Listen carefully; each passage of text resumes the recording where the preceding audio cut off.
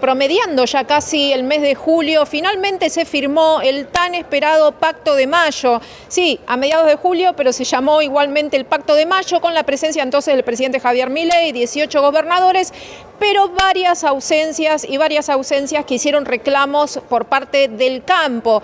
Para hablar de esto y de algo muy puntual también que acaba de ocurrir muy recientemente, nos estamos refiriendo a la salida de Vilelia, del secretario de Bioeconomía. Vamos a estar recibiendo hoy acá como invitado para hablar entonces a Marcos Pereda, el vicepresidente de la Sociedad Rural Argentina. Muy buenas tardes, Marcos. Hola, buenas tardes. Bienvenido. Un gusto estar con ustedes. Marcos, ¿qué tal? Buenas tardes. Bueno, comenzamos con esto que es lo más reciente.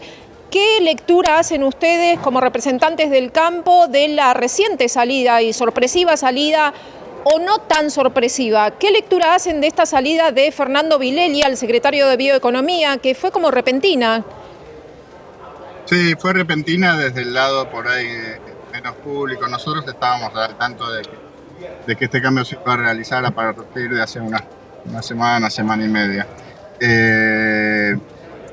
Básicamente el señor Fernando Vilelia es un gran académico y bueno, a partir de ahora el señor Iraeta, que es un hombre de campo que conoce el sector, que es un productor, con lo cual yo creo que la idea es reflejar un poco este concepto de las manos encima del negocio, digamos, ¿no? De poder, una persona que entiende más el día a día en el campo, ¿no? Que es un hombre que siembra, que tiene ganadería, etcétera.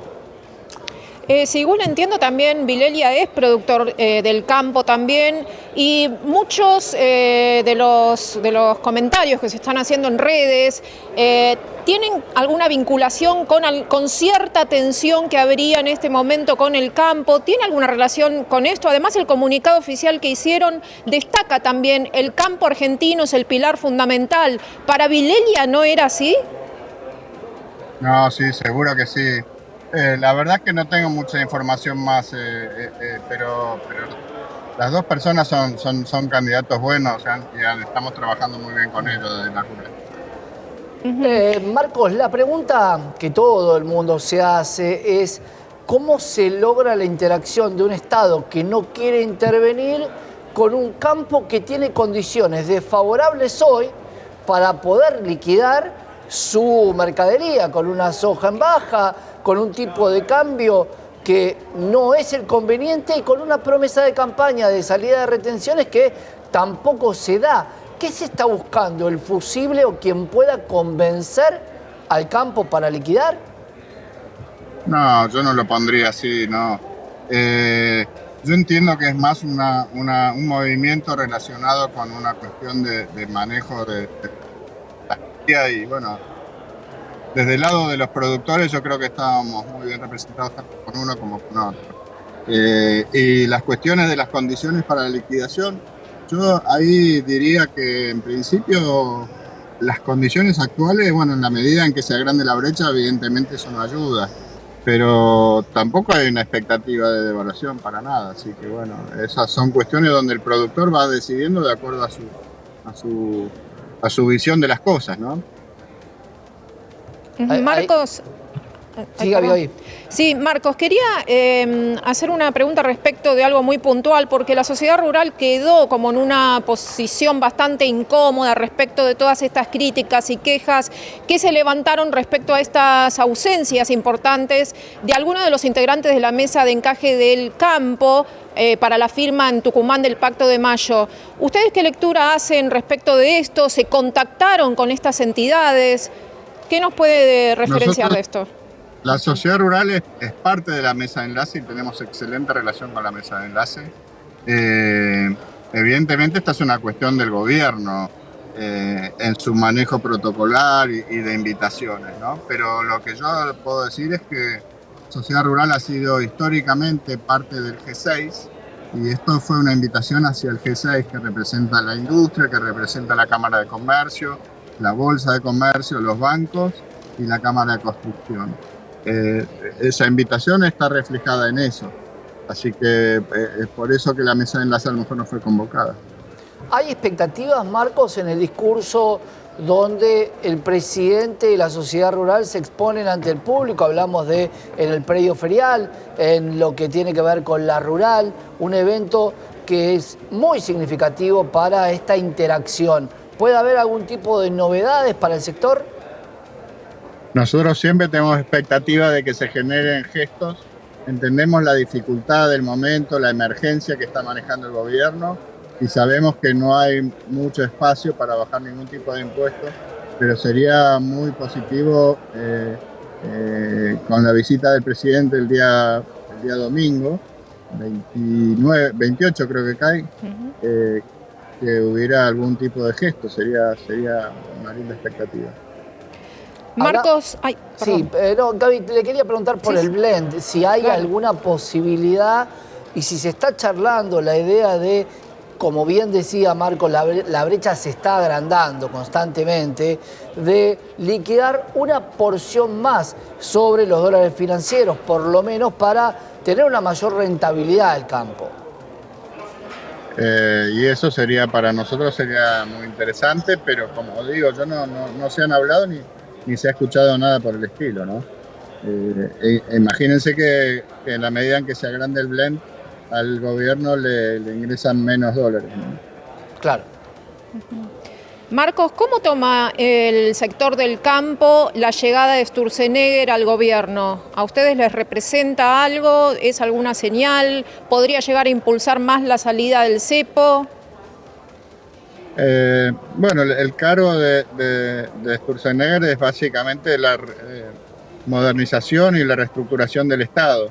Todo lo que sea lo que el presidente anunció ayer fue, ¿no? Anteayer, en el Pacto de Mayo, de tener un Estado eficaz, eficiente, pero que no sobrepase el 25% del Producto Bruto, le da competitividad al sector productivo y nosotros como productores, evidentemente, siempre peleamos por eso, ¿no? Un Estado eficiente que otorgue y que haga lo que tenga que hacer bien en salud, en educación, en seguridad, en justicia, en moneda, en infraestructura, pero que sea un Estado eficiente. Y todo esto, en ese sentido, nosotros lo vemos bien.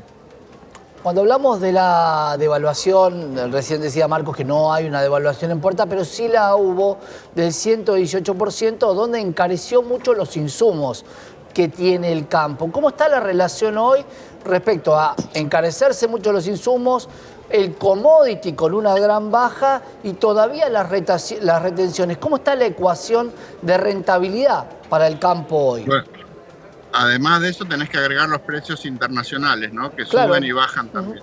Sí. Por eso que en el campo estamos acostumbrados y somos muy dinámicos en el esquema, pero una vez que tomamos las decisiones de siembra, ya quedamos fijados. Lo único que podemos hacer es proteger el margen a través de usar los mercados a futuro.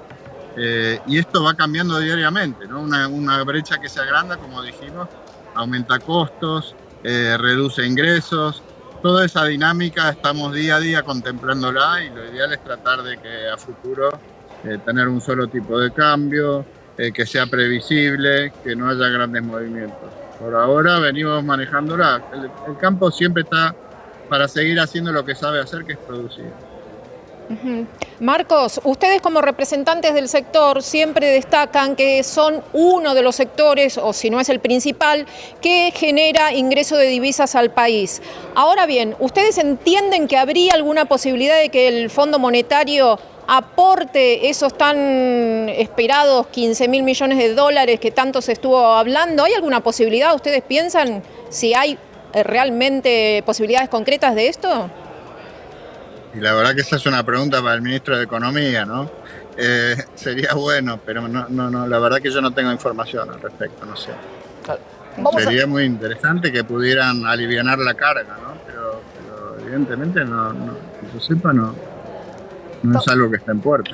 Estamos hablando de productos de exportación, pero ¿qué pasa cuando vamos al consumo local y hablamos de la ganadería, de la situación de una caída en el consumo de carne muy fuerte y sobre todo en precios? ¿Cómo está el sector ganadero argentino, Marcos? Y la verdad que también ahí, si uno mira en el mediano y largo plazo, en la ganadería no hemos crecido absolutamente nada. y siempre estamos viendo a ver cómo va a valer nuestra... O sea, uno cuando está en ganadería o tenés tu propia cría o salís a comprar terneros, en general es una decisión que tomamos, si vamos a engordar nuestro propio ternero, lo vamos a salir a vender o si vamos a comprar o no. Y la verdad es que uno nunca sabe cómo termina valiendo, lo que termina valiendo el gordo en su momento. Y la verdad que la ganadería está desafiada, es un sector que podría generar mucho más divisa de lo que está generando, que podría estar mucho más arriba. Pero bueno, como todo en Argentina, estamos hackeados por las variables que están día a día moviéndose, ¿no? O sea, estamos en un modo aguantar en la ganadería. Ujú.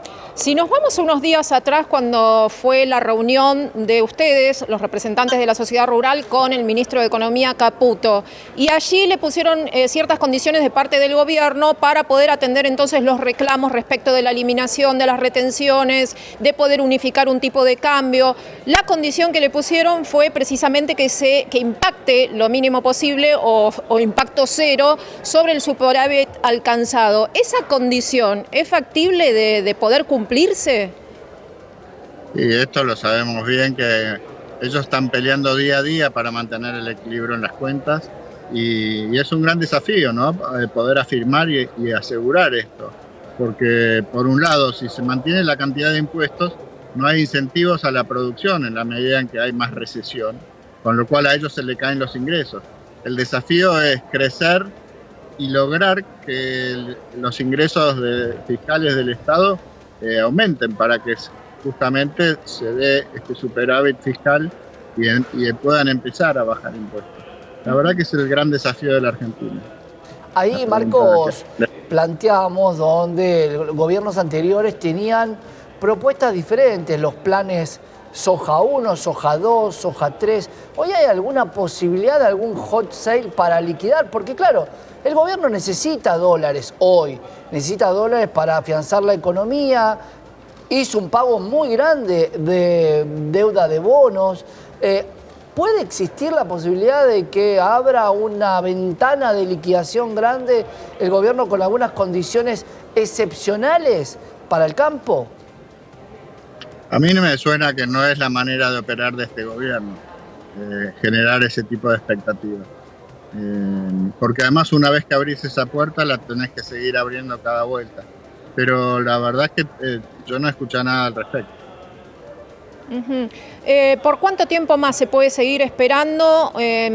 Sabemos que ustedes entienden que el tema de las retenciones no impacta directo de lleno o tan fuertemente en el agro, sino más bien en la industria. ¿Cuánto tiempo más se puede seguir prolongando esta salida del cepo cuando hay muchas digamos, economistas y consultoras que están diciendo que este es el momento? Bueno, no es que no impacta en el agro también impacta, pero lo que decimos es que el sector industrial a lo mejor, que tiene un componente de importación mucho más grande que el agro, tiene un mayor impacto con el impuesto país. Y lo cierto es que lo ideal sería que la industria se exprese en este sentido. Lo que se percibe es que el sector industrial está más comprometido, ¿no? Claro, hablamos y con muchos referentes del campo que hay mucho silobolsa.